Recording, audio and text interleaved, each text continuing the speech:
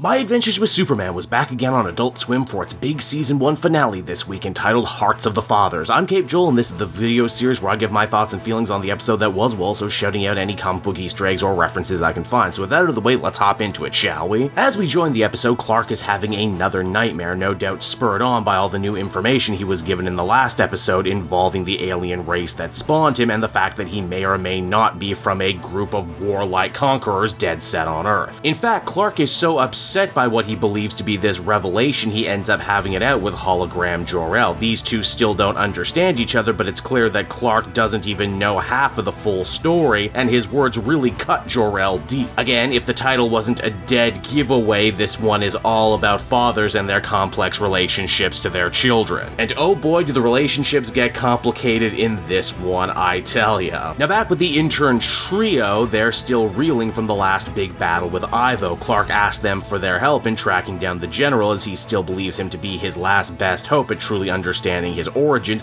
and what his purpose on Earth was meant to be. It's here too the season actually starts bookending itself in a number of really cool ways. The trio gets called into Perry's office and you think he's gonna ream them out for a whole season's worth of rebellious behavior, but actually it's quite the opposite. Perry wants to bring them all in full time and even gives them their own byline, the very thing that they were chasing all the way back in the first handful of episodes. Yeah man, it would seem that Superman's emergence has been really good for everyone's career. Another excellent blink and you'll miss it touch in this scene too is getting to see Ronnie, Kat, and Steve all give Lois, Jimmy, and Clark little welcoming gifts showing that they never really meant any of the ill will that they might have showcased early on when they first met, and that they're all super happy that they're going to be working together in the future. Again, it's all very sweet stuff and a great way to bring it full circle. It also just so happens to be Thanksgiving time and Lois's first time bringing her dad to meet Clark and the Kents. We haven't had a ton of Ma and Pa stuff in this series so far, but the little we get is really great in my mind. They both really have taken a shine to Lois, and not just because she's so nice, but also because they both feared that with their son's amazing powers, he'd never be able to truly open up to someone and feel safe enough to, well, basically be himself. We also get a whole wall of Clark's childhood photos, and one that actually gets a ton of focus in one wherein we see little Clark hanging out with a young female friend. My guess is that the show is already sowing seeds for maybe a new version of Lana Lang.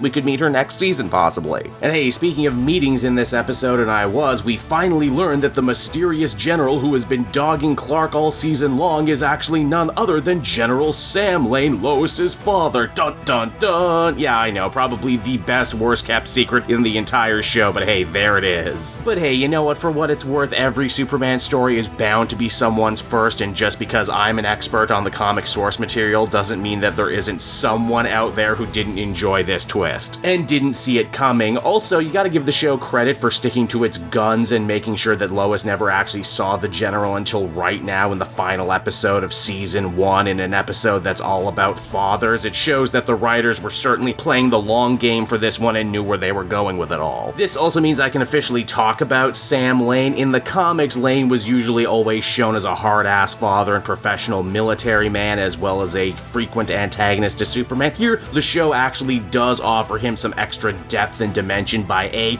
giving him more of a concrete reason to hate and distrust Superman from the jump outside the normal superficial reasons, and B, by couching a lot of his flaws as a father in more of a tropey ethnic parent pushing their third or second generation kid into achieving greatness because, well, damn it, that's just what's expected of them. It's a good, effective use of the material. Clark also makes the connection that Sam is the general right away, but fears telling Lois because he doesn't want to ruin the night, and possibly way more even beyond that. Once more, the whole quest for truth is central when it comes to My Adventures with Superman, and it's a theme that we see them explore from all sorts of different angles, even right here in the finale. All of this ends up leading to probably the funniest bit in the whole episode, wherein every character decides to dump their problems on Jimmy, who just kind of absorbs it all because he's just that good-natured. Even Pa Kent gets in on the action too. Apparently he's just like my own father and spends all of Thanksgiving obsessing over the turkey temperature. All of these stories end up coming to a major head when Clark stumbles upon the multiversal orb detailing the other evil Supermen from other Earths. It's a horrifying revelation, and one that Clark certainly doesn't need right now, but the real twist, though, comes in the Kryptonite that was always inside the orb. Keep in mind, this Superman still barely knows anything about Krypton the planet, and only learned about Kryptonite when dealing with people from other planets. Turns out that Kryptonite on Earth 12 is plagued greatly differently than it is on other Earths. Not only does it cause Superman to grow little horrifying body crystals, but just having the stuff so close to his childhood spacecraft causes it to activate for some reason and open another portal just like the one from Zero Day. Even the robots of Kryptonian origin seemingly also can't stand the green crystal, as Jimmy discovers. Jor-El also knows about Kryptonite, which I was not expecting at all, calling it the green poison which has come to Earth. It's here too we get probably the best look at a very familiar logo if you're a Superman comic fan. 3 circles all connected. This is of course the symbol of Brainiac. Those robots from Zero Day in the last episode also had that on them, but I didn't clock it until right now. Brainiac is of course one of Superman's most famous foes from the comic books. Sometimes he's an evil intelligent alien from the planet Kalu, sometimes he's an actual creation of Kryptonians themselves, and that looks to be where they're going in the show. All credit in the world to the designers too. I love how Kryptonian tech looks in this show. It's all smaller moving plate parts that come together to create a bigger object. It's like Legos if Legos could destroy an entire planet. I also don't talk about music near enough, but I love the theme that accompanies these Brainiac robots. It sounds like a computer desperately trying to do Gregorian chanting. It's very, very creepy. Superman tries to get his friends and family to safety, and we get an excellent moment with Ma and Pa Kent, who fear letting their son go back and fight what's coming. They are still his parents after all, and they aren't used to him being Superman and knowing that he's the only one who can actually make a difference in this situation, but they are slowly but surely beginning to learn to share their son with the world for the greater good. Once again too, Clark shows his willingness to sacrifice himself if it means stopping another Zero Day event from happening. He says a teary goodbye to Lois and Jimmy so he can take the poisonous kryptonite to the heart of his old ship to shut it down. Basically, on some level, he knows that he's signing up for a mission that he might very well not come back from. Superman fights valiantly against the robot hordes, but there's so many of them and only one of him. It's here Superman gets the most unlikely help ever from Hollow Jor-El, who seems to be on his own little mini arc this episode to trying to prove to Clark that he's nothing like the General and the other humans say Kryptonians are, and that also maybe on some level superheroics run in the family. Superman manages to plunge the kryptonite into the heart of the ship and close the portal, even if doing so leaves him half dead and destroys his childhood spaceship in the process. By far though, I think the standout moment from this episode is Jor-El once again being forced to save the life of his only ill-begotten son to send him back to Earth as the ship explodes, seemingly killing him for the second time. And because Superman got his big moment with his 2 dads, now it's Lois's turn. She defends an unconscious Clark from the General, who still plans to kill him with the Omega gun from last episode. I like that in the end Clark didn't need to tell Lois about her dad, she just kind of found out on her own and actually won his respect by standing up to him to save the life of the man she loved. After all, the General was already having second thoughts about Task Force X and Waller, and seeing his daughter speak so highly of Superman was basically all he needed to call off his dogs before eventually pulling a Batman and just disappearing while everyone's back was turned. With the day finally saved, our heroes can have Thanksgiving dinner. Superman helps make sure the turkey temperature is just perfect, and Jimmy announces to everyone else that he sold his Flamebird channel to the Daily Planet, officially making him a multi-millionaire. Oh man, that's the dream, right? You might think that this twist is a cute new invention for the show, but actually in the comics, Jimmy being from money or falling into a lot of money is totally a thing. In fact, he actually owns the Daily Planet in the comics and has for a couple years. But wait, this is a modern superhero show, so we're not done yet. Before the season closes out, we're sure to get some stingers to set up the next season, as we finally get a chance to meet Brainiac up close and personal. If his voice sounds familiar to you, it should, because he's played to scary perfection by Michael Emerson, an actor who you all probably know if you were fans of Lost or Person of Interest back in the day. But guess what? Brainiac isn't alone. He's actually serving as harbinger for another evil, mysterious force. Codename Nemesis Omega, who survived the explosion from the Zero Day flashback and is now a lot bulkier than ever. Who could Nemesis Omega be under the mask? Well, he's sure to drop the word Neil, meaning he is almost certainly General Zod, the most famous and well-known evil Kryptonian from the comics, who's been featured in at least 2 of the Superman movies. And so that was my adventures with Superman Season 1 Hearts of the Father, the big finale that managed to end on a really strong note, I felt, with pretty much the entire cast growing and changing and completing their early arcs. Moreover than that, while this episode answered a ton of questions regarding Krypton and Kryptonians, they still left a ton of mysteries hanging. In fact, with his ship destroyed, Clark really is going to have to look elsewhere and get creative if he wants to learn anything at all about his origin. But I guess that's always kind of been the point of this show, hasn't it been? The major theme is self-understanding and the quest for truth, so having a Superman who doesn't get all the answers right out of the gate is fitting. This version of Earth 12 is also becoming a really compelling place too, where anything can happen, the sky is the limit, and you never know what great idea is going to get remixed, remastered, or reintroduced next. I think we're also going to see the ripple effects of this show being such a success, as it proved so many ideas that had been out there in the ether for a little bit. One, that people were hungry for a warmer, more wholesome Superman show, and two, that if you put a cartoon on like this in a good time slot on a good network, more people are gonna want to watch it and want to talk about it. And that'll just about do it for me, everyone. Thank you so much for watching and listening. I'm glad you really enjoyed and really responded to these Superman videos. If there's something else you'd like to see me cover in the future as it relates to animation, please tell me in the comments section, because once Harley is done in a couple weeks, I'm gonna want to find something to fill the void. So until then, everyone, bye-bye.